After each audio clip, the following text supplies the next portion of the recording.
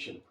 और cloud migration में basically क्या होता है कि जो है आप ऑन प्रेम से क्लाउड पर कोई भी डेटा ले जाते हैं, तो उस डेटा को आपको कैसे ले जाना है, कैसे प्लान करना है। आप जब भी किसी कंपनी में एज ए सॉल्यूशन आर्किटेक्ट काम करते हैं, तो उसके लिए जो प्लानिंग होती है, जो एक स्ट्रेटजी होती है, जो हमें कस्टमर के साथ डिस्कस करनी होती है, और क्या क्या हमें प्रीरिक्विजिट होती हैं जो गैदर करनी होती हैं उसके बारे में, और क्या क्या प्री स्टेप्स होते हैं जो हमें लेने होते हैं। क्योंकि जब भी आप किसी कंपनी में आप सॉल्यूशन आर्किटेक्ट काम करेंगे, तो आपका ये काम रहता है कि आपको प्रॉपर जो है ऑन प्रेम से और क्लाउड पे जो डेटा ले जाना है उसके लिए एक स्ट्रेटेजी बनाना, प्रॉपर उसके लिए नेटवर्क डिजाइन करना, और आपको प्रॉपर एक तरह से कह सकता हूँ एक हाई लेवल डॉक्यूमेंट का डिजाइन तैयार करना, और कस्टमर की क्वेरीज को समझना, चाहे वो डेटाबेस हो, चाहे एप्लीकेशन हो, चाहे नॉर्मल सर्वर्स हो, जो भी आप माइग्रेट करने जा रहे हो, तो उसके लिए आपको ये सारी चीज़ें डिस्कस करनी होती हैं कस्टमर से। और सबसे पहले मैं इस आपको एक डायग्राम के अकॉर्डिंग मैं आपको समझाऊंगा। ये आपका जो है बेसिकली ये है ऑन प्रेम। ऑन प्रेम बोले तो ऑन प्रेम का मतलब होता है कि जो आपके डेटा सेंटर में, एक कंपनी के डेटा सेंटर में जो भी सर्विसेज होस्टेड हैं, उन्होंने कंपनी ने अपने सर्वर लगाए हुए हैं, और सर्वर्स, उन सर्वर्स पे एप्लीकेशन होस्ट की गई हैं, जैसे कि वेब लॉजिक हो गया, आईईएस सर्विसेज हो गया, इन सबको मैनेज करते हुए उन्होंने कुछ सर्विसेज होस्ट की हुई हैं। और उन सर्वर्स पे बेसिकली वो कोई भी वर्चुअलाइजेशन यूज कर रहे हैं, जैसे वी स्फीयर हो सकता है, आपका हाइपर भी हो सकता है, एक्रोनिश हो सकता है, मल्टीपल हाँ जो है हाइपरवाइजर होते हैं मार्केट में, जो आप अकॉर्डिंग टू वो अपनी रिक्वायरमेंट यूज कर सकते हैं। सबसे पहले मैं आता हूँ अज्योर माइग्रेट के इस पे ऑन प्रेम पे। ऑन प्रेम में आप देखना चाहेंगे, जैसे मेरा ये अज्योर क्लाउड है, मैं आपको क्योंकि मल्टीपल क्लाउड वेंडर्स हैं, मल्टीपल क्लाउड वेंडर्स के अकॉर्डिंग मैं आपको बताना चाहूँगा। जैसे अज्योर हो गया, AWS हो गया, गूगल क्लाउड हो गया, अलीबाबा हो गया, बहुत सारे क्लाउड वेंडर हैं मार्केट में। तो मैं अज्योर के बारे में कुछ आपको थोड़ी सी जानकारी देना चाह रहा था कि अज्योर क्लाउड जो बेसिकली होता क्या है। अज्योर क्लाउड माइक्रोसॉफ्ट प्रोवाइड करती है, और अज्योर क्लाउड ने बहुत ही मार्केट को अच्छे से कैप्चर किया हुआ है।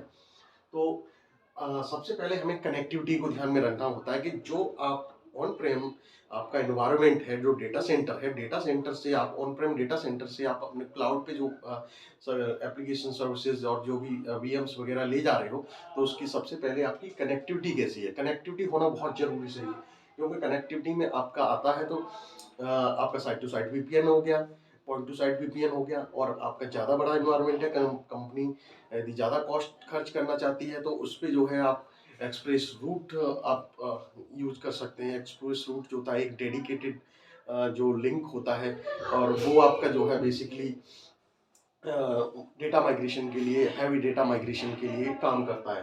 तो ये जब हम आएंगे तो इसमें हमें कनेक्टिविटी, इसमें मैं हब एंड स्पोक मॉडल भी यूज कर सकता हूँ, जो मेरे माइग्रेशन के लिए काम आता है। और मैं इस कनेक्टिविटी को, और हम इसमें नेटवर्क इंजीनियर्स की हेल्प लेते हैं इसको डिजाइन करने के लिए। नेटवर्क इंजीनियर आपका नेटवर्क को डिजाइन करते हैं, किस टाइप का नेटवर्क होना चाहिए, और किस टाइप का वीलैन होना चाहिए, आपका किस टाइप की IP क्लास रेंज होनी चाहिए, वो सारी आपकी नेटवर्क इंजीनियर्स भी डिसाइड करते हैं, और आपको उनके साथ बैठ के डिस्कस करना होता है। तो मैं सबसे पहले फर्स्ट पॉइंट को डिस्कस करूंगा, गैदर इन्वेंट्री। गैदर इन्वेंट्री में बेसिकली होता क्या है। गैदर इन्वेंट्री के लिए आपको सबसे पहले कस्टमर की रिक्वायरमेंट को समझना होगा। रिक्वायरमेंट समझेंगे कस्टमर, सपोज कस्टमर की मान लो आप 10 से 12 एप्लीकेशन हैं जो चल रही हैं, और जो मल्टीपल मतलब वर्ल्ड वाइड एक्सेस होती हैं, और काफ़ी ह्यूज डेटा रहता है, और ह्यूज कस्टमर्स एक्सेसिबिलिटी रहती है। ई कॉमर्स हो गया, किसी भी से related, it's doesn't matter which type of application they are using.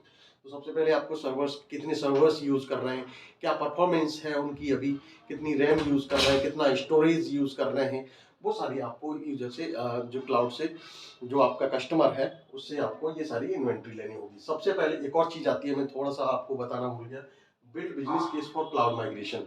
आपको ये बहुत जरूरी होता है बिजनेस केस बनाना, कि जो कस्टमर है उसकी रिक्वायरमेंट को समझना कि वो अचीव क्या करना चाहता है क्लाउड पे जाने के लिए। सपोज पहले से वो यूज कर रहा था, तो वो अचीव क्या करना चाहता है। तो इसके लिए हमें सबसे पहले उसकी रिक्वायरमेंट उसके समझेंगे कि क्या करना चाह रहा है, और उसके बाद फिर हम आते हैं अजोर प्राइसिंग कैलकुलेटर।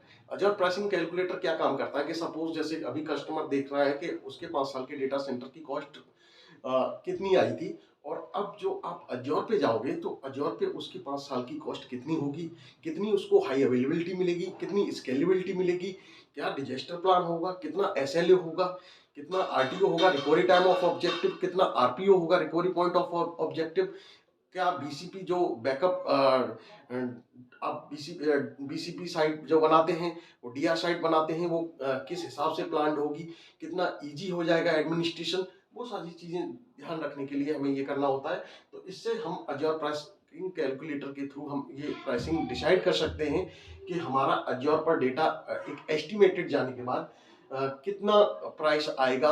वो सारी चीजें हम अज्योर प्राइसिंग कैलकुलेटर से हम कैलकुलेट कर सकते हैं।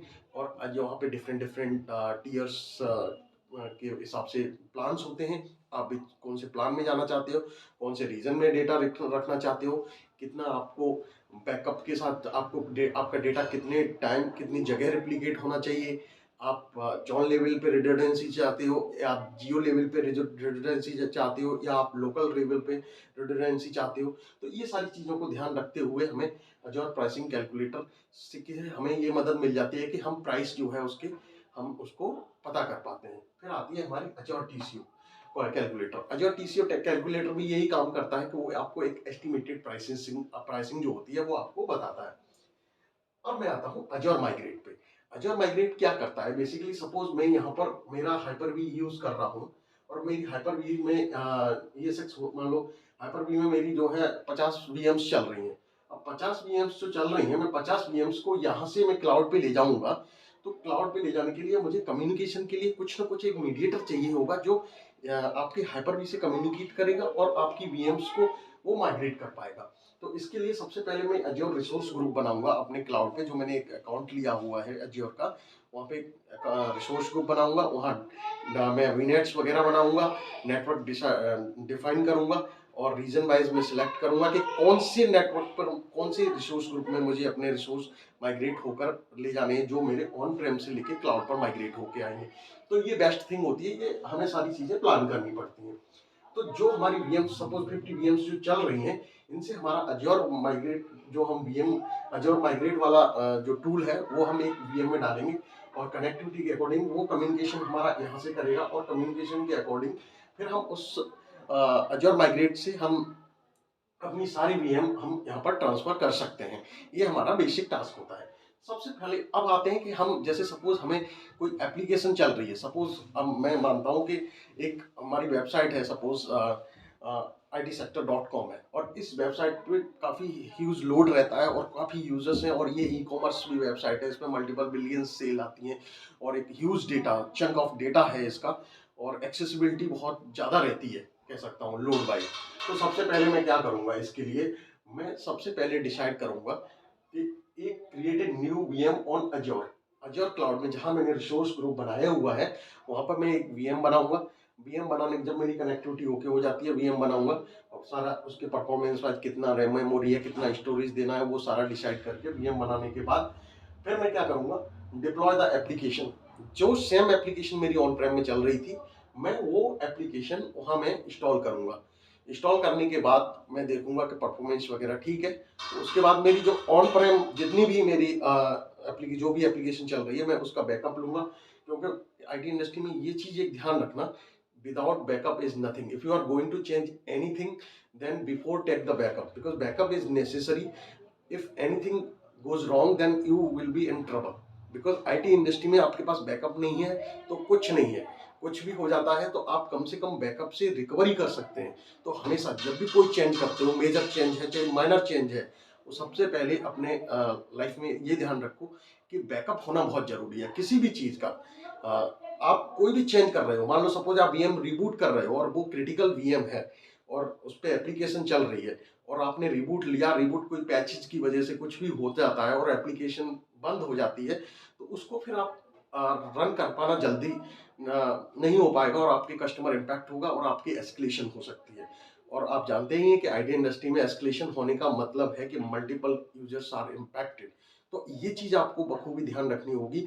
जैसे एक्टिव डायरेक्टरी में कोई चेंज करते हो तो वहाँ सिस्टम स्टेट बैकअप होता है, सिस्टम स्टेट बैकअप आपको सबसे पहले लेना होगा।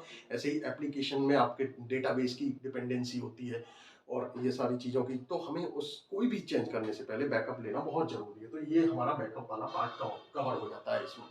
ऑन प्रेम पे हमारी जो भी एप्लीकेशन है हमने प्रॉपर उसका VMs का बैकअप लिया हुआ है, इमेज लेवल बैकअप भी है हमारे पास, एप्लीकेशन लेवल भी बैकअप है, जिससे कि हमें कोई प्रॉब्लम आती है तो हम इमीडिएट रिकवर कर सकें। सब फिर आते हैं restore the backup on the Azure VM। हम क्या करेंगे, जो डेटा हमने जो बैकअप लिया हुआ था, दो वे होते हैं, एक तो लिफ्ट और शिफ्ट होता है कि हम सारी VM, केवल VM जो है हम एज इट इज माइग्रेट कर दें हमारे क्लाउड पे। बट आप चाहते हो कि सपोज 2003 या 2008 OS चल रहा था नीचे ऑन प्रेम में, बट क्लाउड पर जो है सपोर्ट नहीं करेगा। क्लाउड वाले तो लेटेस्ट OS सपोर्ट करते हैं, 2012 हो गया, 16 हो गया। तो that's why I will say कि आप जो है ये डिसाइड करके according to requirement, customer requirement की, वो जो है लेगेसी OS है या अपडेटेड OS है, उसके अकॉर्डिंग आपको, अदरवाइज ये लेगेसी OS है तो restore the backup on the Azure VM। आपको जो बैकअप है वो अज्योर पर आपने जो यहाँ पर VM बनाई हुई है और उस पर जाके आप रिस्टोर कर देंगे। रिस्टोर होने के बाद आपका जो है एप्लीकेशन की सारी सर्विसेज वेरीफाई करेंगे। आप नहीं कर सकते हैं तो एप्लीकेशन टीम से वेरीफाई कराएंगे, एप्लीकेशन टीम की हेल्प लेंगे, उनसे वेरीफाई सारी सर्विसेज कराने के बाद आप जो है फिर आते हैं चेंज द DNS रिकॉर्ड। होता क्या है कि आपने एप्लीकेशन वगैरह सब कुछ ओके हो गया आपका जो क्लाउड पर है, और उसके बाद फिर आप DNS की बात आती है, क्योंकि विदाउट DNS आपका ट्रैफिक राउट नहीं हो सकता आप किसी भी पार्टिकुलर सर्वर पे। तो आपने जो यहाँ पर सर्वर बनाया हुआ था उसका IP जो है और उसका वेबसाइट का जो होस्ट नेम जो भी दिया हुआ है, उसके अकॉर्डिंग आपको DNS में चेंज द DNS रिकॉर्ड। और जैसे ही आप DNS एंट्री आप देंगे वहाँ पर, और आपका ट्रैफिक फिर और जो ओल्ड DNS है वो आप उनको रिमूव कर सकते हैं। आप देखते हैं कि सब कुछ सही चल रहा है, तो आपका ट्रैफिक जो है राउट हो जाएगा न्यू VM पे, और आपकी application up and working fine चलने लगेगी। यदि कोई इशू आता है तो यू नो वेरी वेल कि आपके पास बैकअप है, और आप इमीडिएट जो है DNS रिकॉर्ड चेंज कर सकते हैं, और आप अपना ट्रैफिक जो है ओल्ड ऑन प्रेम सर्वर पर माइग्रेट कर सकते हैं। तो यही मैंने आपको जानकारी देना चाहिए कि ये बेसिक कंसेप्ट्स हैं जो एज ए सॉल्यूशन आर्किटेक्ट आपको माइंड में रखने होंगे, और किसी भी कस्टमर को सॉल्यूशन प्रोवाइड करते समय आपको ये बताना होगा कि ये बेसिक चीज़ें हैं जो हम लेके चलते हैं। और यहीं पर वीडियो को समाप्त करना चाहूँगा। Thank you so much.